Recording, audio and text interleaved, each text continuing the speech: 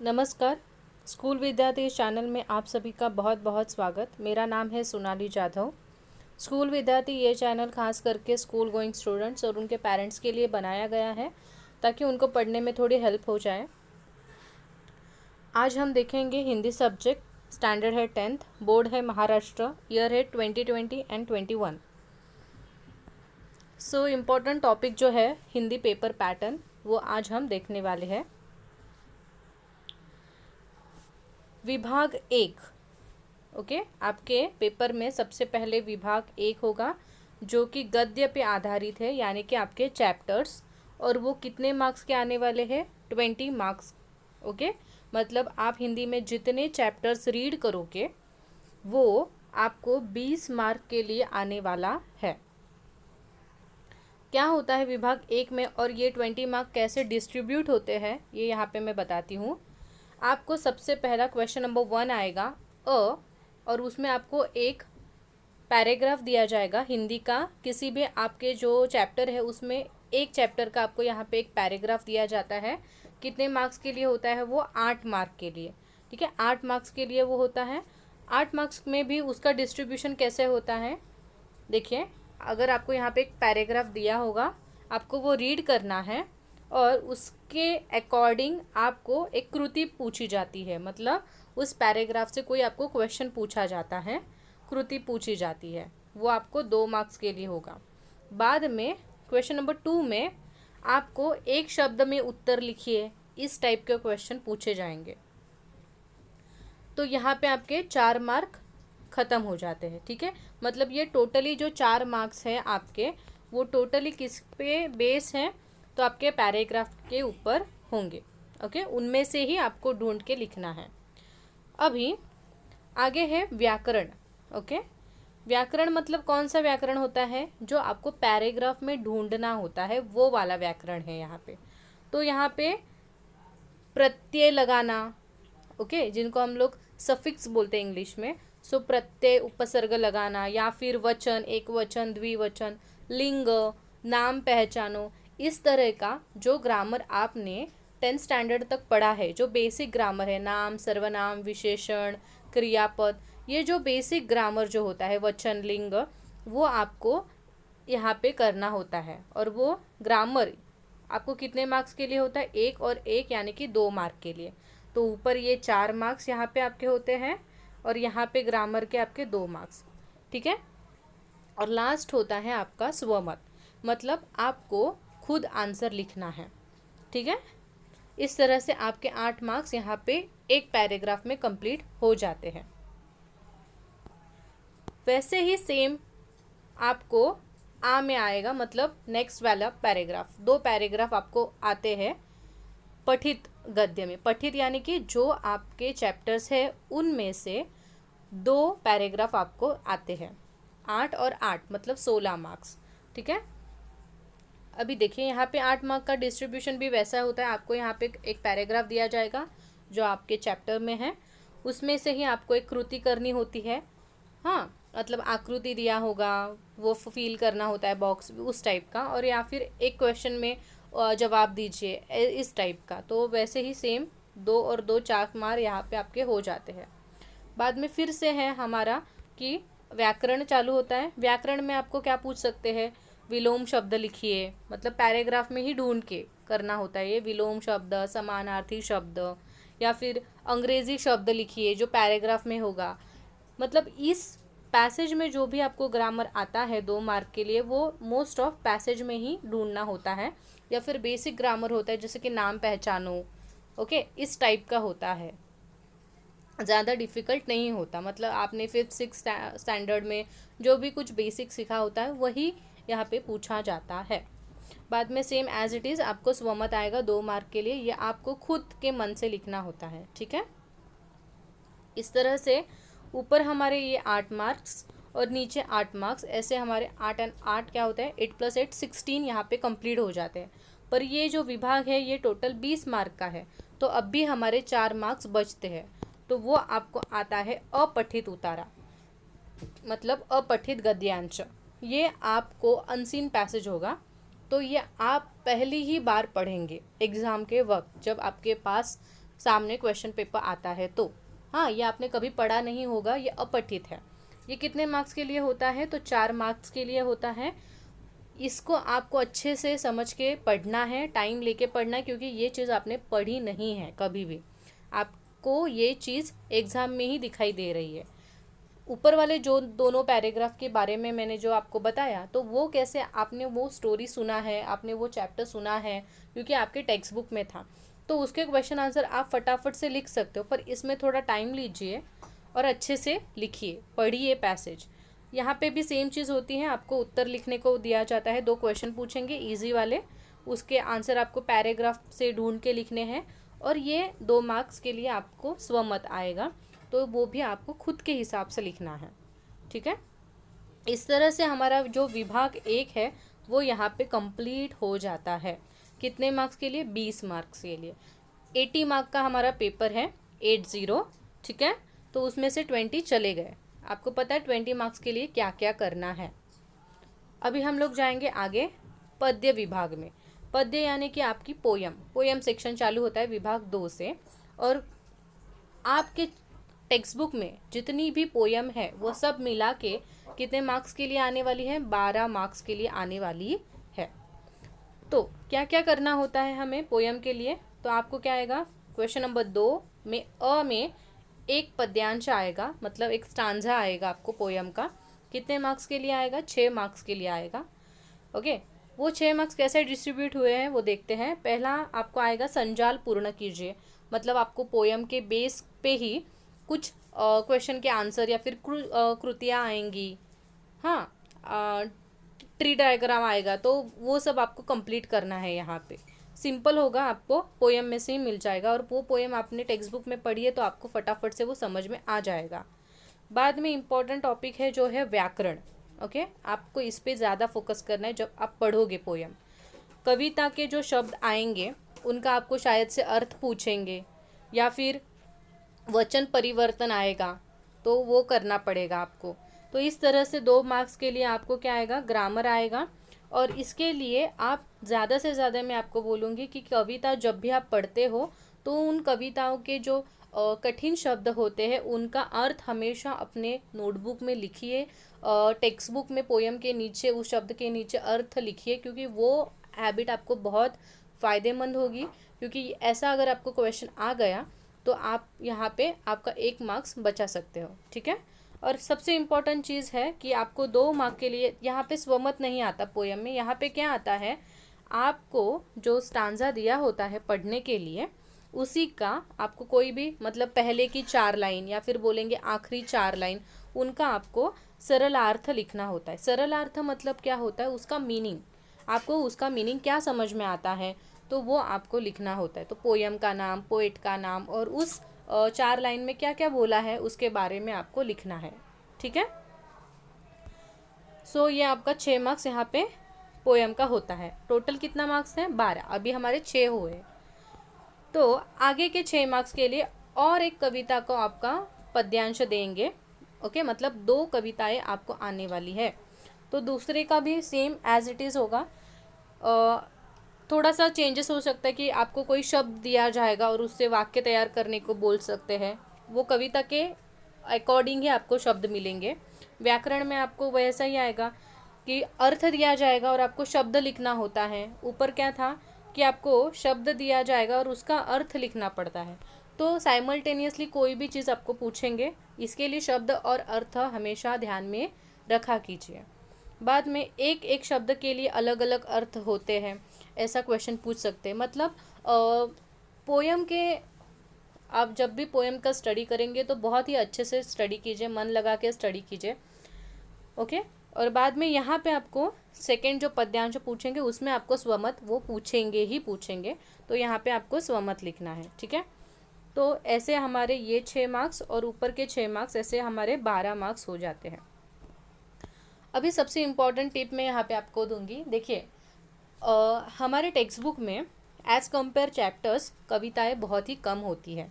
ठीक है, उनमें से आपको 2 कविता आती है एग्ज़ाम में 12 मार्क्स के लिए।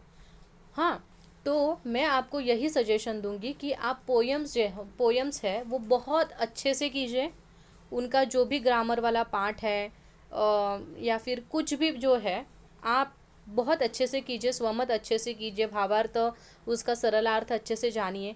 क्योंकि देखिए, आप बहुत सारे चैप्टर्स करोगे तब जाके आपको कितना मार्क्स मिलता है, यहाँ पे 20 भी नहीं मिलता, क्योंकि 4 मार्क्स तो अपठित के आते हैं।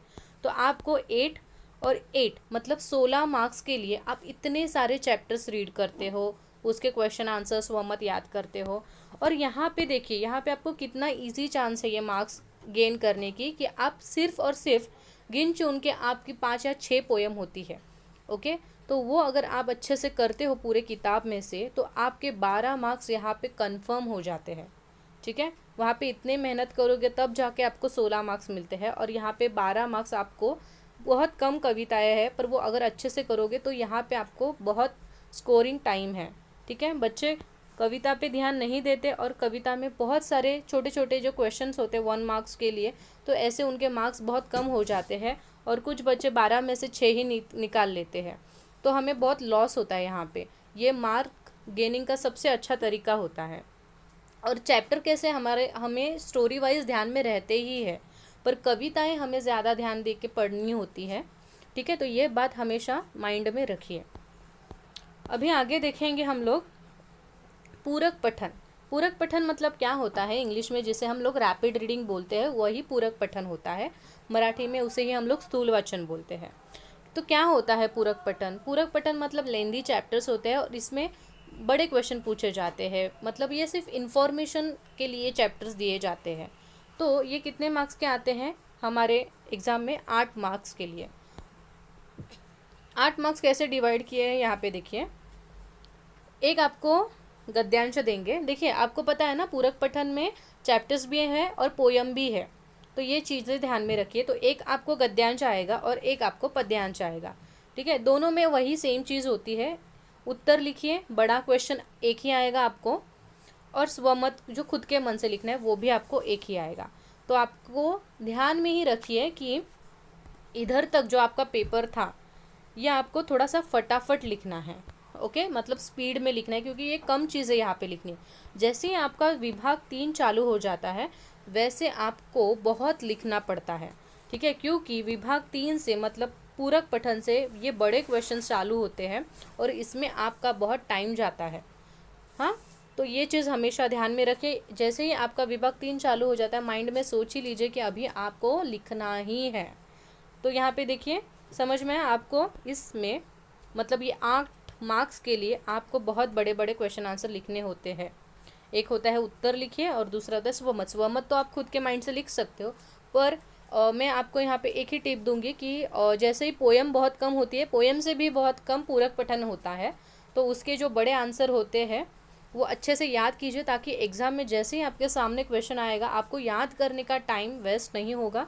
आपको उसकी थोड़ी बहुत आइडिया होती है तो स्वमत आप फटाफट से लिखना चालू कर देते हो, ओके।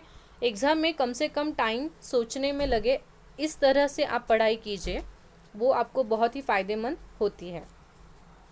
अभी आगे जाएंगे। विभाग 4 चालू होता है। यहाँ पे थोड़ा आपको फिर से हाथ को आपके रिलैक्स मिलता है, क्योंकि व्याकरण में भी हमें बहुत कम लिखना पड़ता है।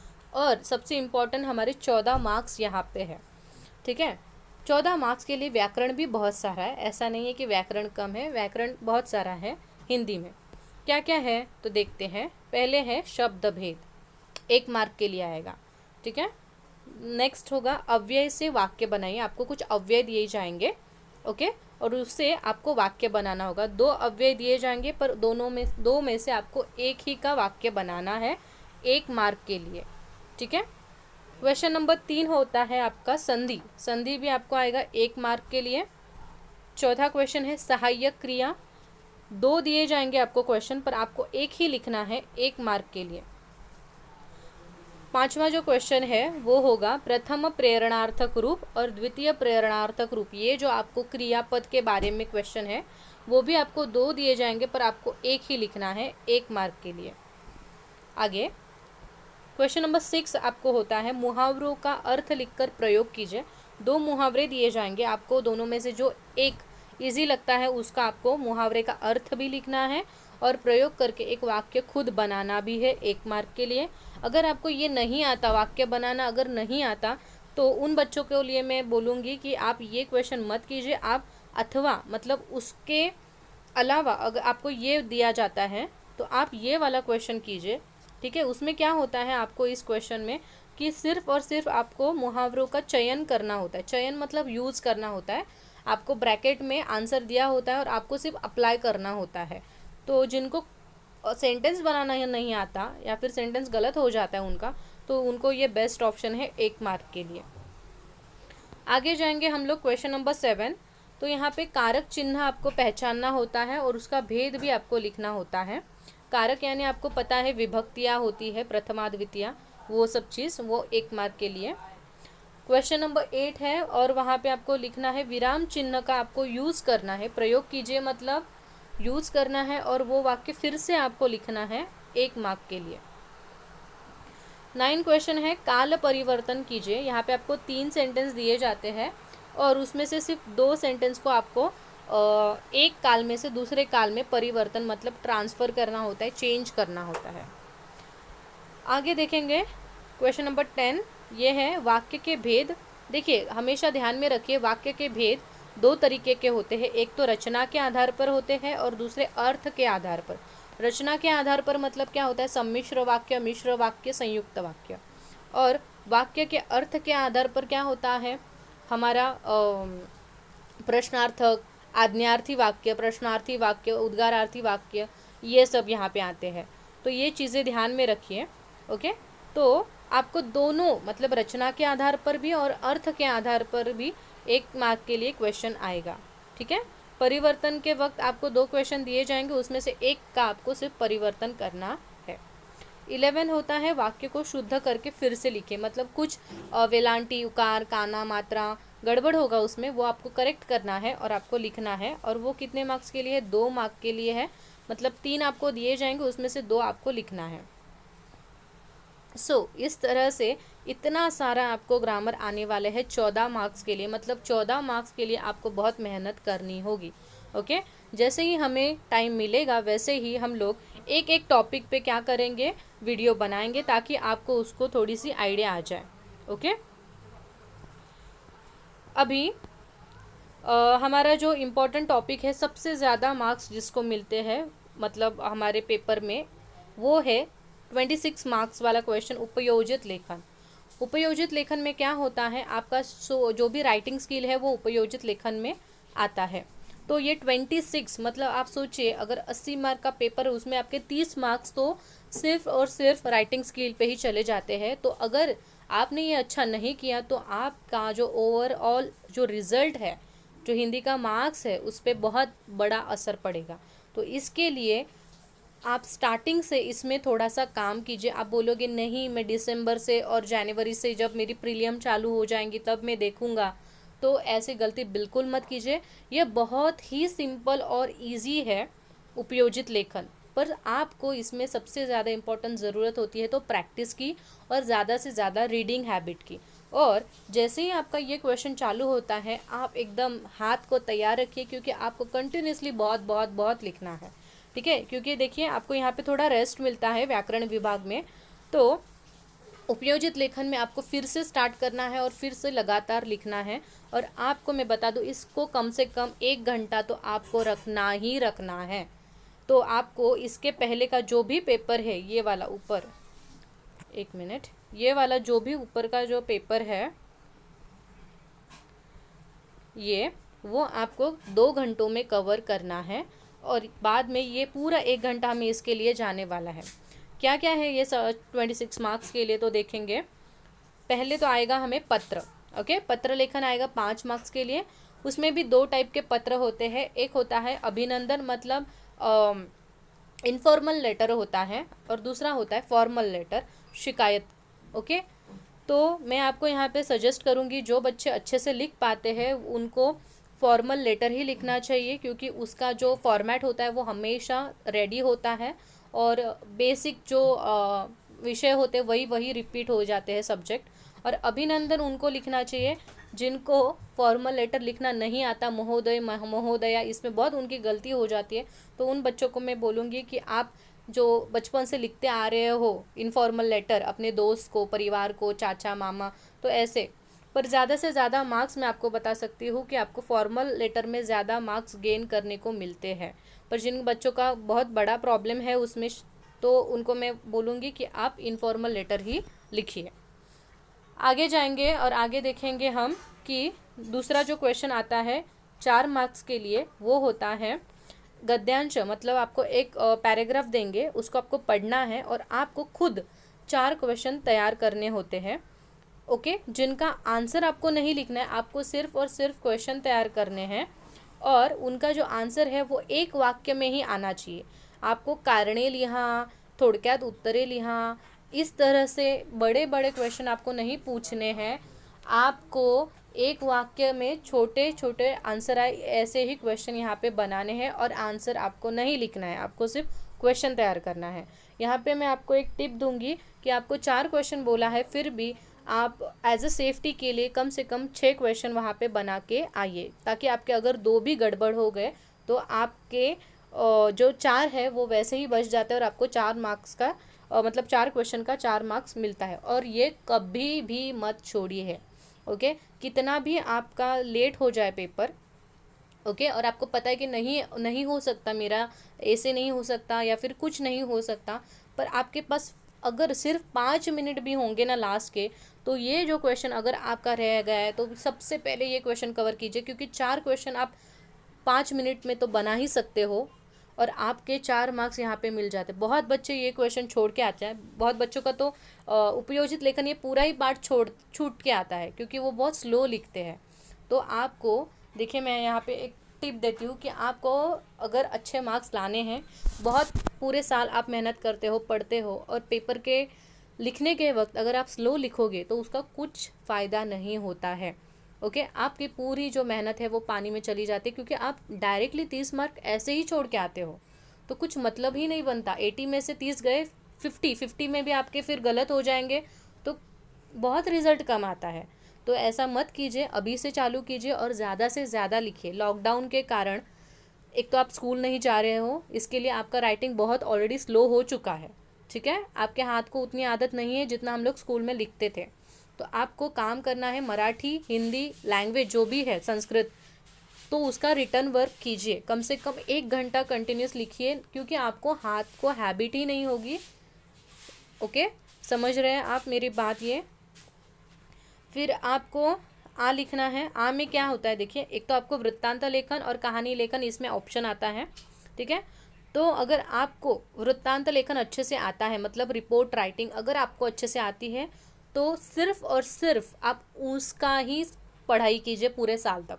कहानी लेखन को देखिए तक नहीं, क्योंकि आपको दोनों में एक ही लिखना है, तो दोनों का पढ़ाई बिल्कुल मत कीजिए। जो आपको अच्छा लगता है, जिसमें आप मास्टर हो, आप उसी टॉपिक को पढ़िए, उसी में मास्टर कीजिए, ठीक है। ये चीज़ हमेशा ध्यान में रखिए। 2 है, ठीक है, मैं ये भी करूँगा, मैं वो भी करूँगा, ऐसे बिल्कुल मत करना, क्योंकि ऑलरेडी इसमें हमें बहुत कम टाइम होता है, उपयोजित लेखन में बहुत लिखना होता है। तो एक ही बार में हम लोग एक ही लिखेंगे और इसके लिए पूरे साल एक ही चीज़ पढ़ेंगे।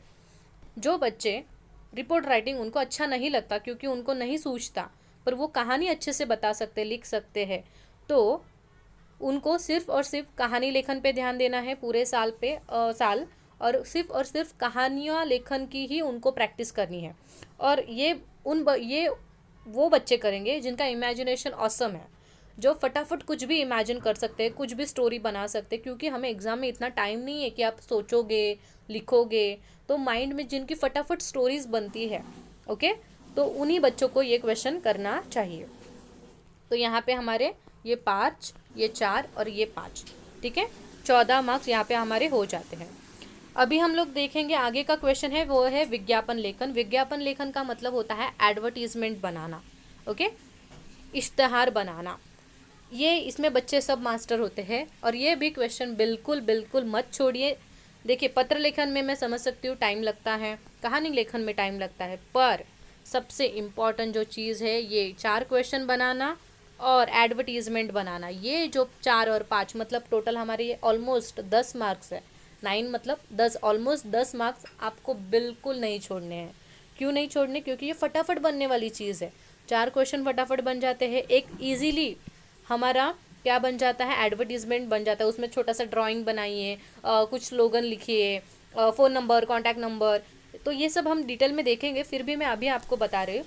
तो ऐसे क्विक फटाफट ड्रॉ कीजिए। देखिए आपने कुछ भी ड्रॉ किया, स्लोगन लिखा, फ़ोन नंबर लिखा, उसका टाइम लिखा, उतना भी लिखा ना तो भी उसमें 5 में से आपको 2 या 3 मार्क्स सामने वाला देता ही है, चेक करने वाला, क्योंकि आपने कुछ तो बनाया है। पर अगर आप इसको छोड़ ही दोगे तो सामने वाला मार्क्स नहीं दे पाएगा। ओके। पत्र लेखन में वैसा नहीं होता। पत्र लेखन में सपोज आपने एड्रेस लिखा और छोड़ दिया तो आपको कितना मार्क्स मिलेगा?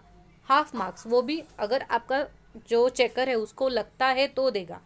पर विज्ञापन में ऐसा नहीं होता। अगर आपने कुछ तो ड्रॉ किया है, फ़ोन नंबर, कॉन्टैक्ट नंबर कुछ लिखा है, तो आपको मार्क्स मिलते हैं। ठीक है, तो ये चीज़ ध्यान में रखिए।